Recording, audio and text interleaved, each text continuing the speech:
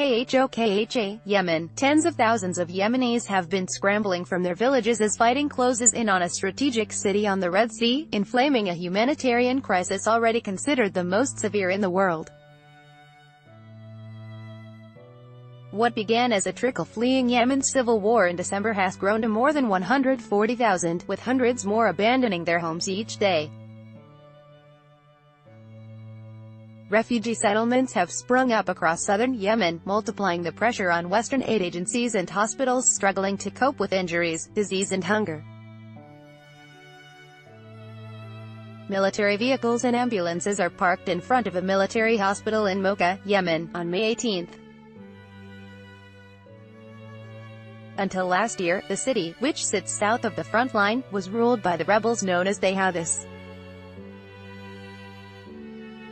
It is now controlled by coalition forces. Lorenzo Tugnoli, The Washington Post. The crisis grew even more urgent on Wednesday when a Saudi-led coalition backing Yemen's exiled government launched an offensive to capture Hodeidah, a vital port controlled by northern rebels. The United Nations has warned that an assault on the city of 600,000 people could be catastrophic, and the human toll could extend well beyond the city's limits. More than three-quarters of Yemen's food is imported through Hodeidah's port, which is also essential for the entry of fuel, medicine and other essential supplies. It is the lifeline of the country, said Lise Grande, the top UN humanitarian official in Yemen. If you cut that port off, we have a catastrophe on our hands. She warned that as many as 250,000 Yemenis could die of violence, hunger and illness if there's a prolonged siege of the city. Article continued below. The United Nations had sought to head off the attack by the Saudi-led coalition, which receives logistical and intelligence support from the United States. But the coalition forces, and in particular the United Arab Emirates, were determined to press forward with the offensive. As it seemed increasingly imminent, the United Nations and other aid agencies pulled staff from Hodeidah. If this route is blocked, the result will be more hunger, more people without health care and more families burying their loved ones, said Muhsin Siddiqui, the Yemen director for the British charity Oxfam. The UN estimated the offensive could drive 200,000 more people from their homes, on top of those who have already fled armed clashes in recent months near the besieged city.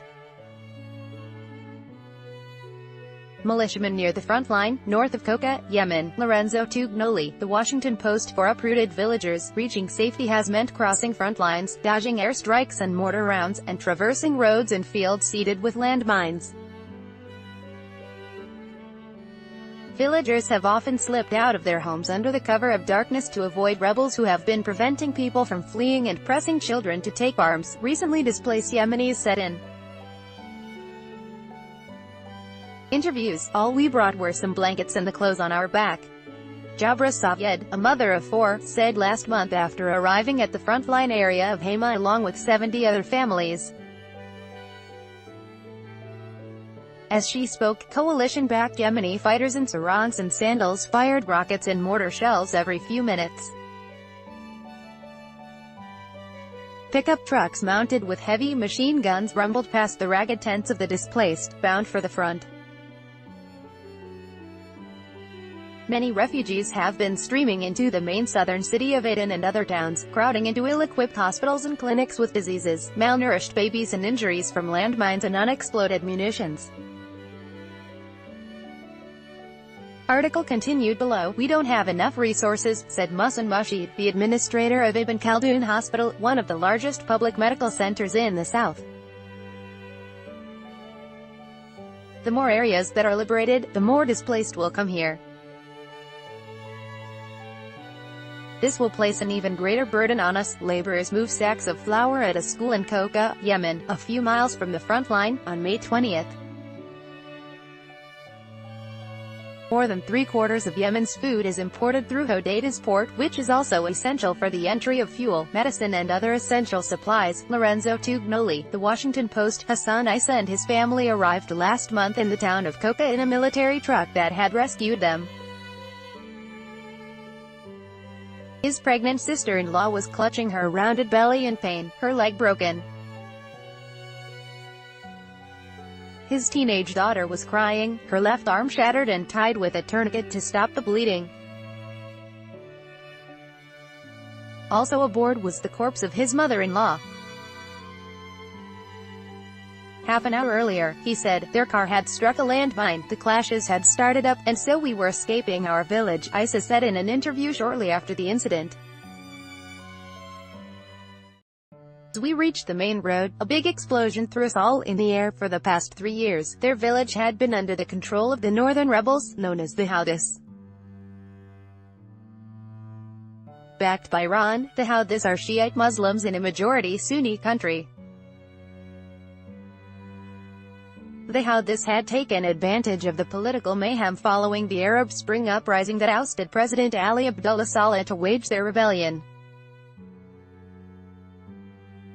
By early 2015, the rebels had driven the internationally recognized Yemeni government from the capital, Sana'a. Soon after, a Sunni coalition, led by Saudi Arabia and the U.A.E., formed to counter the rebels.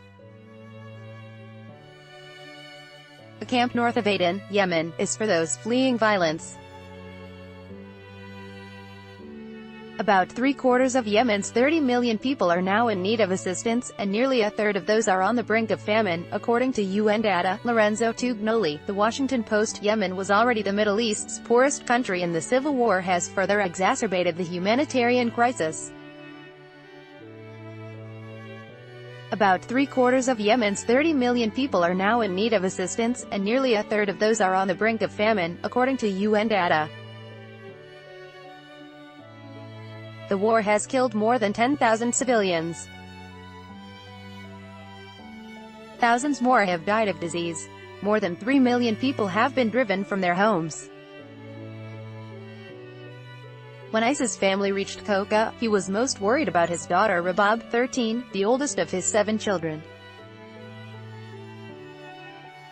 There were 2 medical field clinics in the town, but they would treat only wounded fighters. At the only civilian clinic, there was no surgeon. In fact, there was only one doctor in the whole town. So Issa and his family continued down the road to Mocha, where there was a hospital.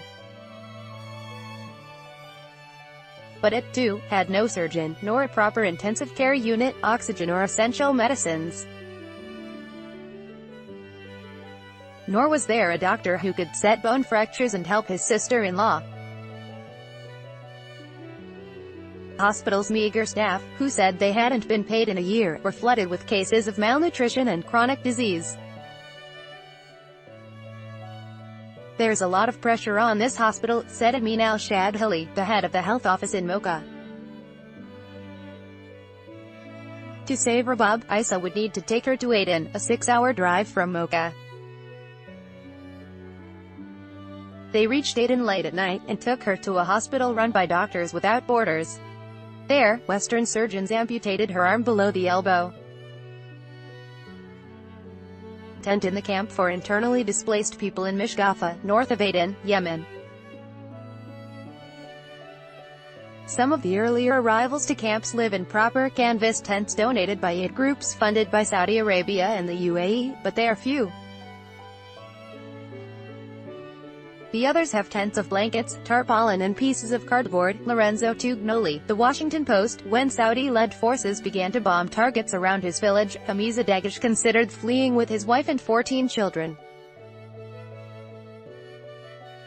But he couldn't afford the $200 US for a minibus.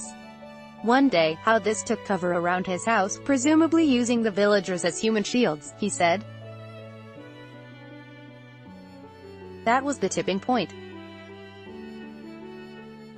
We worried that the airstrikes would now certainly hit us, Dagesh said in an interview last month. He borrowed $200, and the family packed up. The rebels, though, ordered them to remain.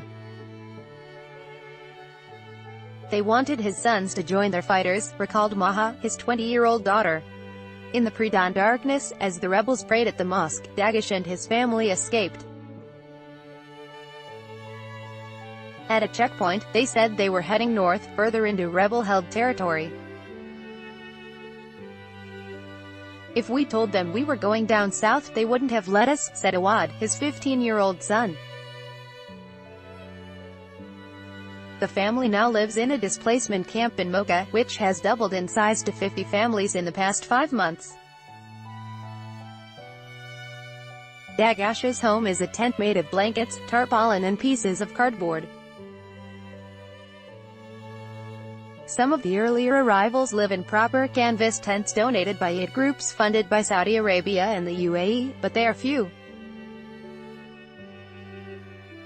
For most of the uprooted now living across the south, life is precarious.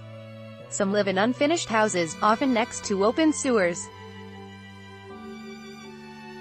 Others reside in small huts made of banana leaves, forced to work for locals at a third of the normal wage to feed their families. Rabab Isa, 13, recovers in a hospital in Aden, Yemen, on May 20 after losing an arm. She takes comfort in a doll that sings, "My name is Maya. I love you." Lorenzo Tugnoli, The Washington Post. On a recent day in Aden, Isa's daughter Rabab was lying in the hospital, a pink scarf around her neck. On a table next to her bed sat a blonde-haired doll in a red dress, a gift from her uncle. Using her right arm, Rabab played with the doll's legs and then twisted a lever that made it sing, "My name is Maya. I love you. I always listen to this song," she said. "It makes me happy." She has large brown eyes and speaks in a shy, soft voice. She had never attended school. One was built in their area just before the war, her father said, but the teachers never came. They refused to come after the airstrikes began, he said. Rabab remembers being thrown from the car in the explosion. She remembers her grandmother on the ground. Rabab hasn't seen her mother since the incident. Isa's plan was to take the children and elderly out first, then fetch his wife. Now, he couldn't afford to transport his wife to Aden. Hassan Isa waits in a car outside a hospital in Aden, Yemen, on May 20, 2018, where his daughter is recovering after losing an arm. He had promised her in marriage to a 16-year-old boy, but worries now whether the boy will accept her, with one arm. Lorenzo Tugnoli, The Washington Post. One of Rabab's favorite games, she said, was skipping rope. She said it matter-of-factly, as if not realizing she may never skip rope unaided again. Isa said his mind often travels back to the days just before they fled the village. He had accepted an offer for Rabab to marry a 16-year-old fisherman in Hodeidah. The dowry was $1,250, to be paid in installments. "That's what I think about it, night," Isa said. How will she take care of a baby with one arm? How will she carry the baby? Now, we don't know if the boy will accept her. If he does, his parents will certainly offer a lower dowry, perhaps a third of the price. I'll have to accept, Isa said. What else can I do? And if the boy doesn't, she will stay at home. Isa said, I can't throw her away.